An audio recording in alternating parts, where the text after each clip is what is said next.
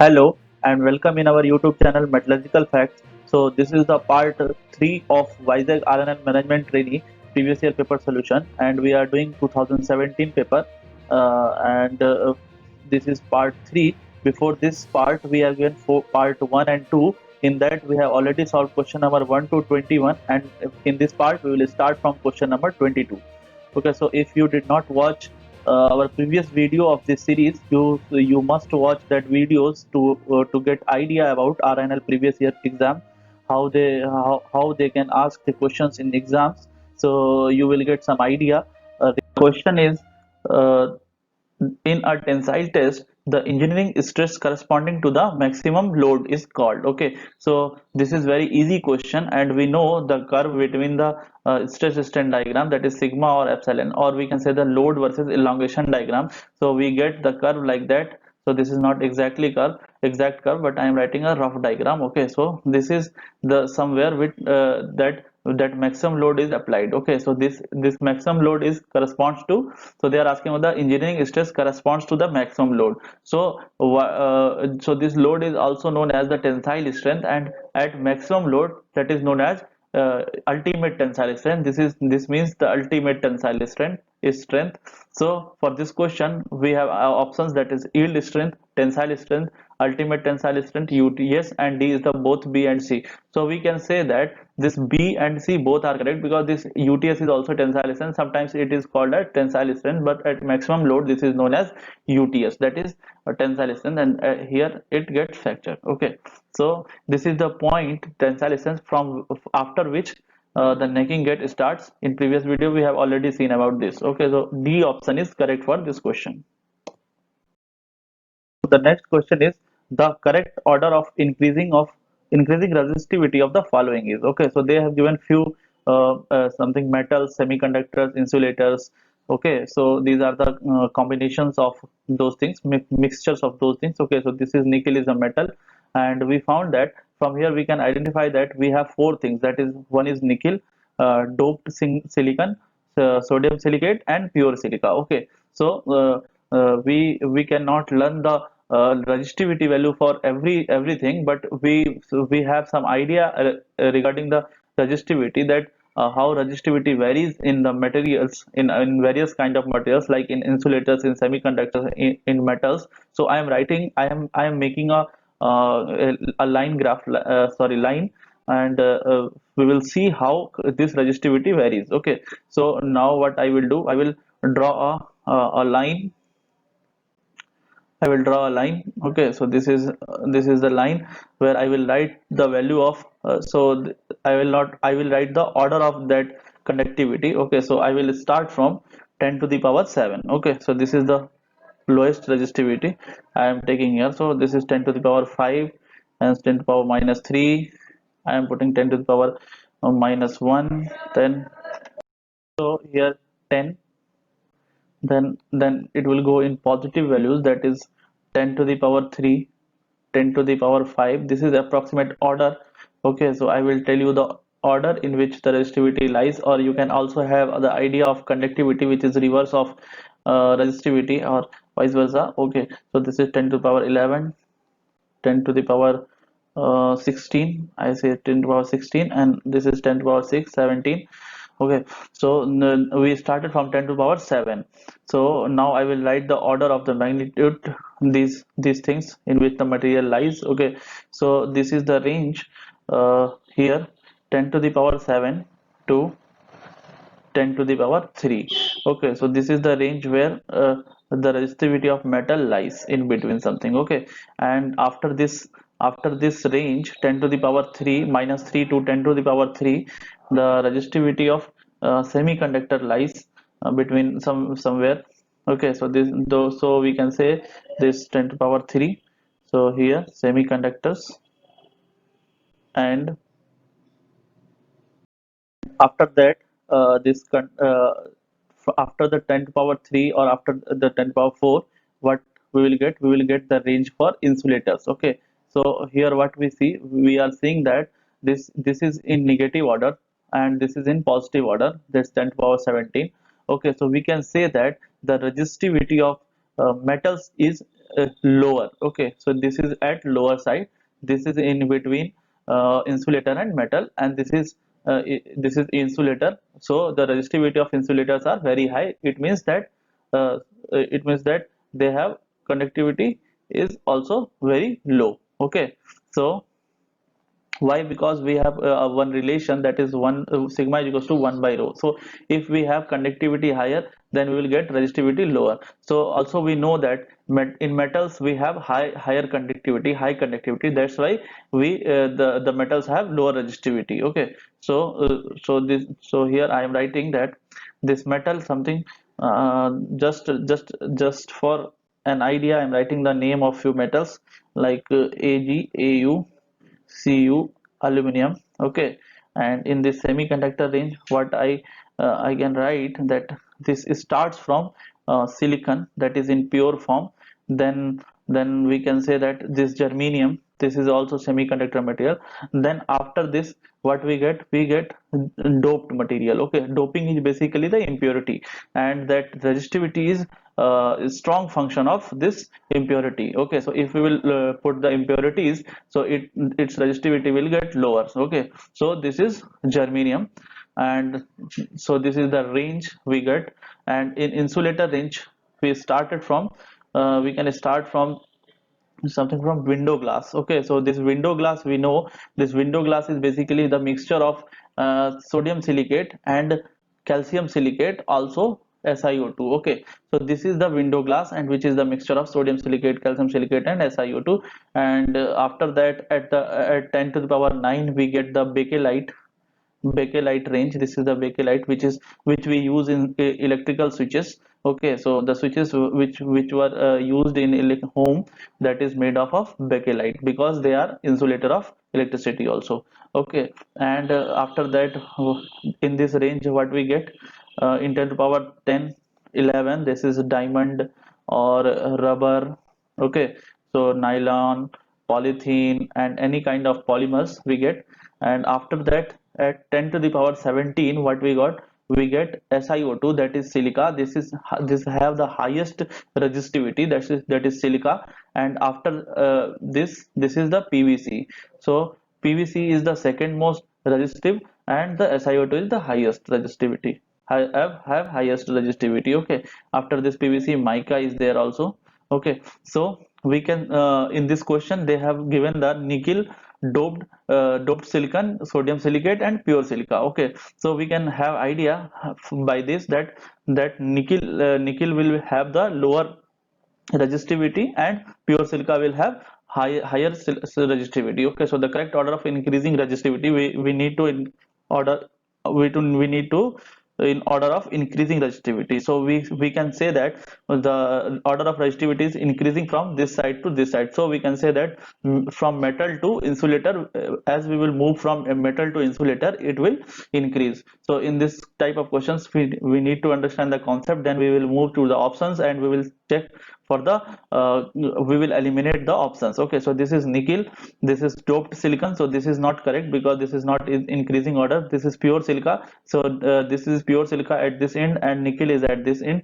So we can say this is also not correct, because pure silica have the highest resistivity, not lowest resistivity. Okay, and this D option have nickel, this is the highest resistivity. So sorry, lowest nickel have the lowest resistivity. So we can say that option A and D may be correct. Okay, so for eliminating one of them from A and D, what we should know, whether sodium silicate is low at lower side, or pure silica is at lower side, because in D option, this sodium silicate is at higher side. Okay, and pure silica is just after the nickel. So this is not possible, because nickel is at one end, and this silica is at other end. Okay, so this is the opposite thing. So we can find that this A option is correct, because this is the nickel at the lowest position, and pure silica is highest position. Okay, so we can have idea about these all things by remembering this type of curve.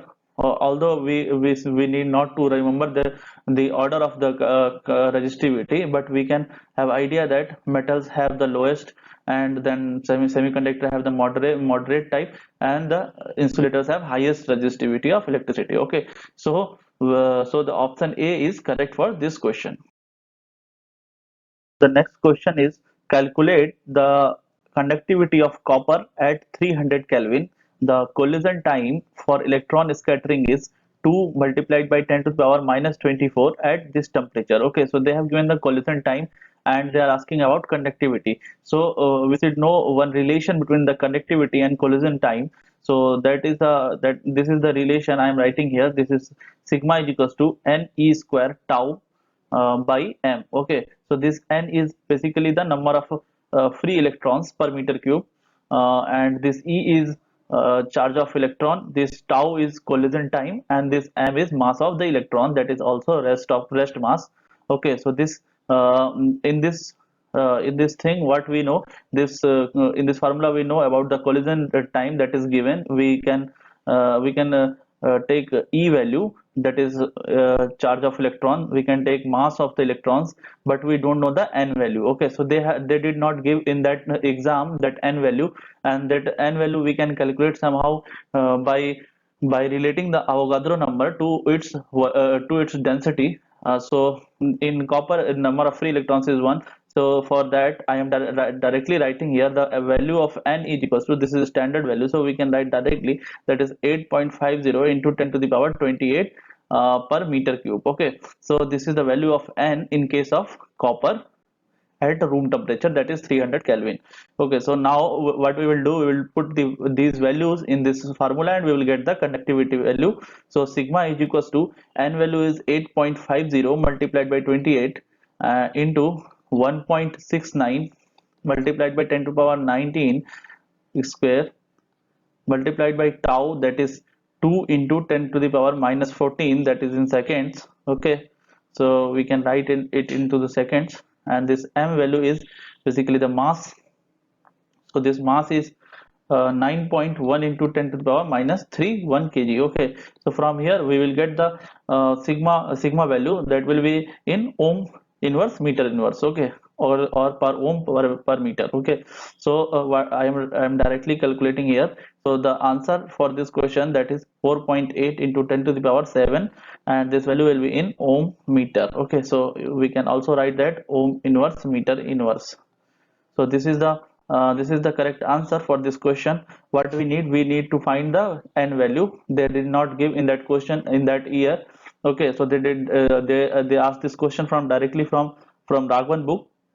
So now we have idea about this n value. So we find this conductivity value. Okay, so the correct answer for this question is B part. That's B is correct answer. Question is, the hardness of martensite in a steel is a function of. Okay, so they are asking about hardness of martensite in steel. So we know this hardness of martensite basically depends on the carbon content. Okay, so as the hardness of martensite is a function of its carbon content, so it increases rapidly with increasing the carbon content. Okay, or we can say this hardness, if we will plot a curve between the hardness and the carbon content, okay, increasing content, so we get the curve like this.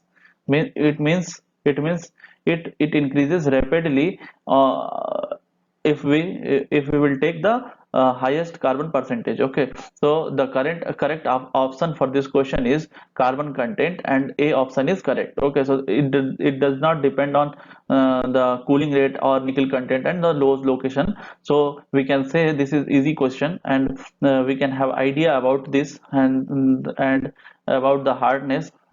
So we also get the curve like this because the carbon percentage that that presents in steel rapidly increases the hardness of martensite. Okay, so the correct option for this question is C part. Sorry, C carbon content, A part. So the next question is, superplastic materials have an index of strain rate sensitivity M in the range of.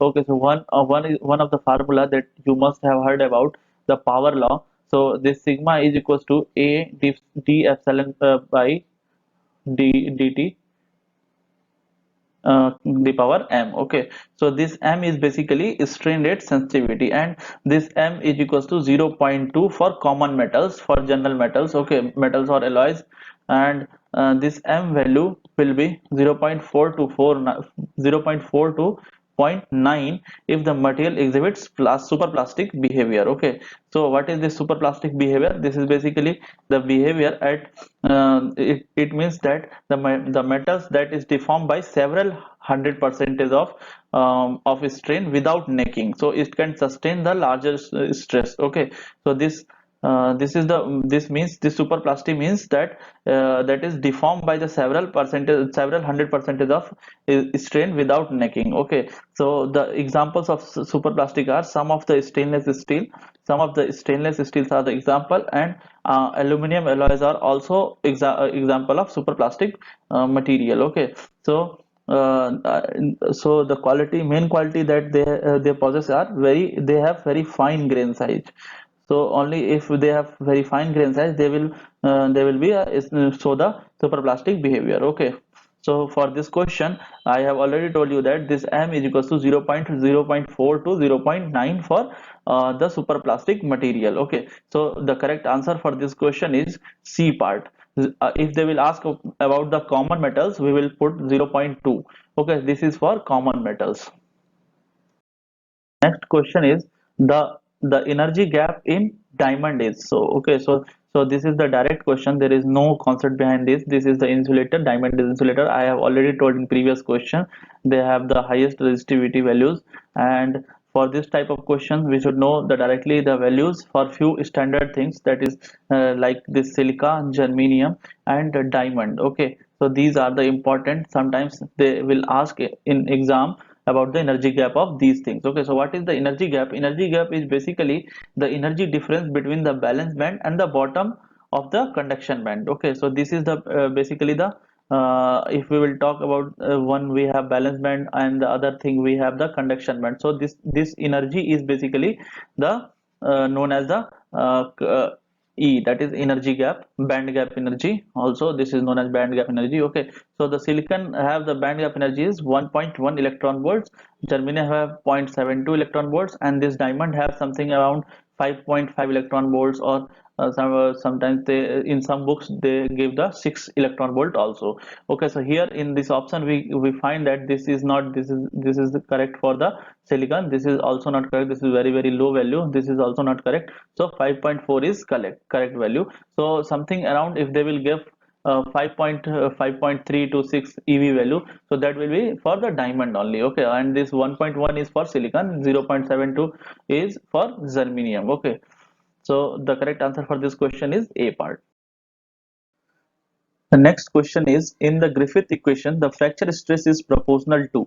So they have given the four options, that is under root of C, 1 by root C, 1 by C, and 1 by 2C. So for doing this type of question, we should know about the formula. So Griffith equation is basically used for brittle fracture. Griffith energy balance criteria for crack propagation is, we can write like that: sigma F is equals to under root of 2E gamma by pi c. Okay, so this sigma f is basically fracture stress, this E is elastic modulus, Young's modulus. Okay, this gamma is surface energy, this gamma is surface energy, and this C is crack length. Okay, so this C is crack length. So this crack length having unit in micron meters or mm. Okay, and this sigma f having unit in nanometers per sorry, newtons per meter square. This Young's modulus also Newton per meter square, and this is having joule per meter square. Okay, so from here we can identify that sigma f is inversely proportional to root c by this formula, and we can also relate this sigma f by E value and gamma value, that is surface energy. So this crack length is basically two types. We get two types of crack lengths in numerical type of problems of Griffith equation. So we will know, or we will try to understand what is these two type of cracks. Okay, so this is the surface where we are applying stress. Okay, this is sigma, this is sigma. So the the cracks at the surfaces or edges will be like that, so this value is C, and in the centers or in the internal cracks this will be 2C because of elliptical shape, we consider like that. Okay, so whenever they will say the internal crack length,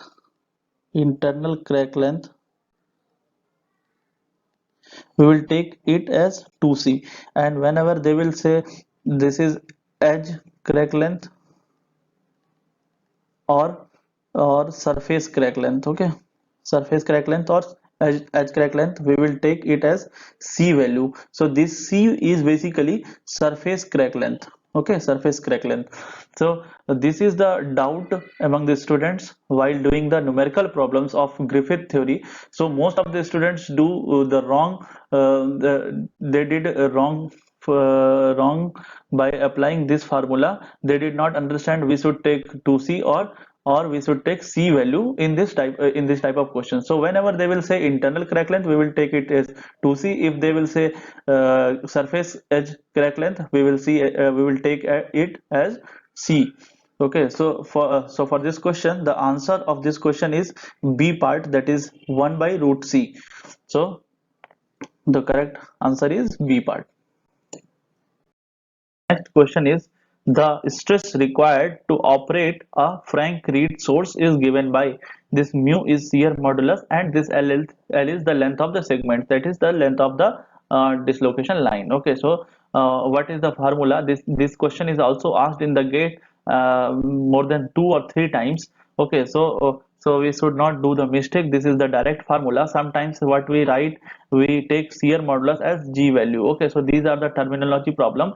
We can use this terminology according to the questions. So they have written the shear modulus, so they have taken that mu value. So we will replace that G. Suppose you know the formula that the stress required for the for operate a Frank Reed source is, that is tau is equals to GB by L. Okay, so this is the formula you know. Okay, so for this question, what they have given that this shear modulus value is mu. So what, why we can write like that, mu B by L. In some books they represent this shear modulus by G value, and in some books they represent the shear modulus by mu value. Okay, so we will not confuse by the terminology. We will see what is the meaning of that terms. So here G is the shear modulus and mu is also shear modulus, and this B is the Berger vector and L is the length of the segment, that is length of the dislocation line. Okay, so the correct option for this question is